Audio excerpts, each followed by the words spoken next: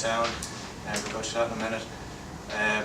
For me, the other things you'd be getting a handle on are, is there any potential hidden costs? Homeowners may not intend to sell in the future, but investors certainly do. So is there anything that may stop you selling the property 10, 20 years down the line? And I'm just going to touch on a slight area that will slightly overlap with vehicles legal talk later, but a problem that has come up time and again, and it's in the news a bit now, is the actual land registry and the title of the property. So I'm going to touch on that just at the end. There's a few things that I'm not going to spend a whole lot of time on telling you what can and can't go wrong in a property, but a few things that are very important. If you're getting a report done, properties may have some cracking. For me, the important thing with cracking is it old or is it new? And if it is new, is it still moving? Okay? Now, there's a bit of engineering judgment involved in figuring all that out. But just because a property has a crack in it doesn't make it a bad property. You see all the Georgian houses around the city. You can't buy a 100-year-old house and expect it not to have a crack in it. It's just not possible. However, if that Georgian house was refurbished 5 years ago and it's all nice and plastered and there's still cracking going on in it, then for me it's a very bad investment. The property's still moving and nobody's figured out why that is, and that would be the difference for me. But from your point of view, what I feel is important is when you're getting a survey done, you're getting it done by a structural engineer who has professional indemnity insurance. So if there is some active negligence, that you are covered. You can go back, for example, our company is $6.5 million worth of professional indemnity insurance, which is going to cover most houses that are not around the place, you know. I'm just going to lightly go over a few things here. I don't know how well people can see that there, but even though Ireland predominantly has masonry buildings in it, the amount of faulty masonry around the country is huge. An example there is someone's actually built a blockwork and we ended up stripping off all that wall. They didn't bother actually bonding the blockwork. Therefore, it didn't matter what happened, cracks just kept appearing. That was actually the fourth repair of that crack there. Another issue that comes up time and again is fire stopping between buildings. So if you have a semi-detached house or you're part of a terrace, when you climb up into the attic, it's really not unusual to look across and be able to look into your neighbour's attic. Now, it may not be the whole wall, it might just be a bit. That's obviously a huge fire risk. You know, if you invest in a property, you want to know that a fire next door is not going to come in and burn down your house, and doubly so if you happen to be living there. A little pet hate of mine are attic conversions. Again, this mightn't be big enough for you here, but an awful lot of people put in large Velux windows. It's something that people would seek out.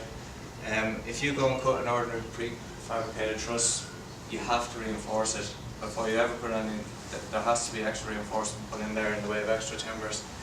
In that particular house there, they cut out several of the rafters and just walked off, and the entire house sagged in the middle. And that sounds dramatic, but we might do 2 of them a month, fixing them up. It's quite a lot. Chimney flashings as well is another area.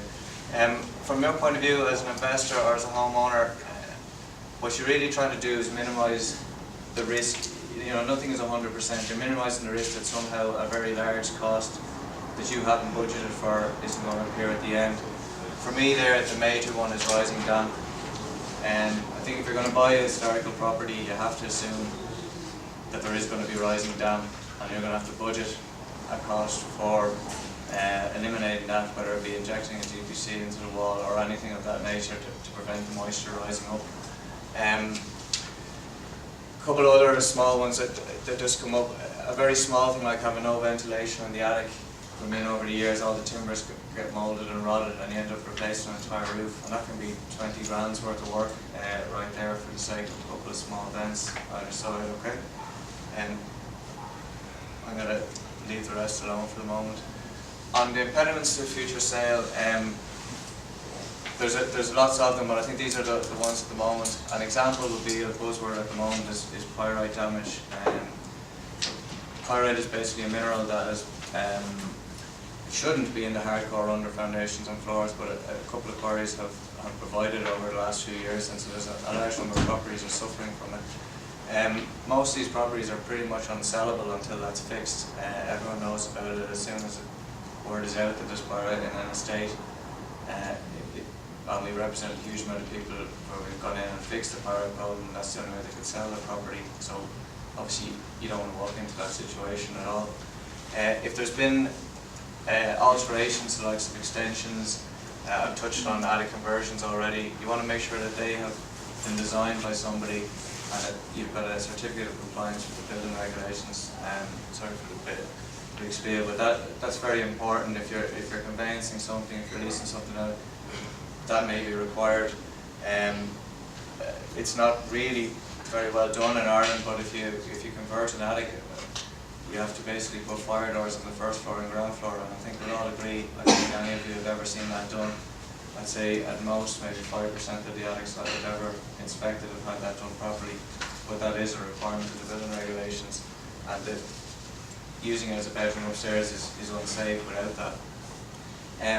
Actually, obviously, if the foundations are continuing moving, it may require explanation. That's a problem that's going to have to be fixed, and there's nothing to be said about it.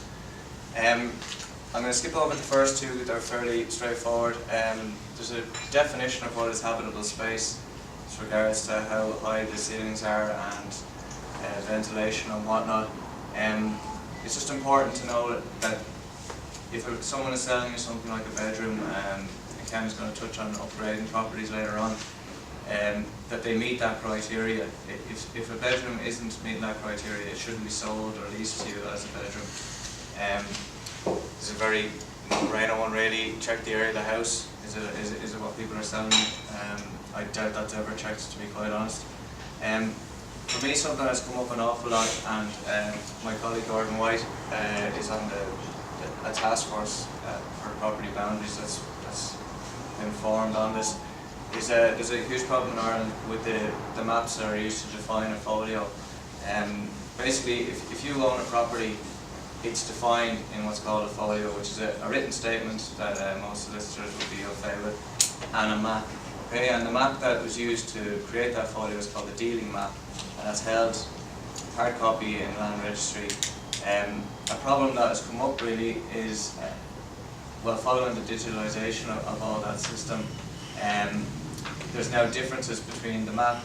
You or anyone in the public can go buy a map online from the land registry, and right down the bottom, even though they're the defining authority in Ireland, they have a huge caveat saying that this map is not a legal representation of what the folio is.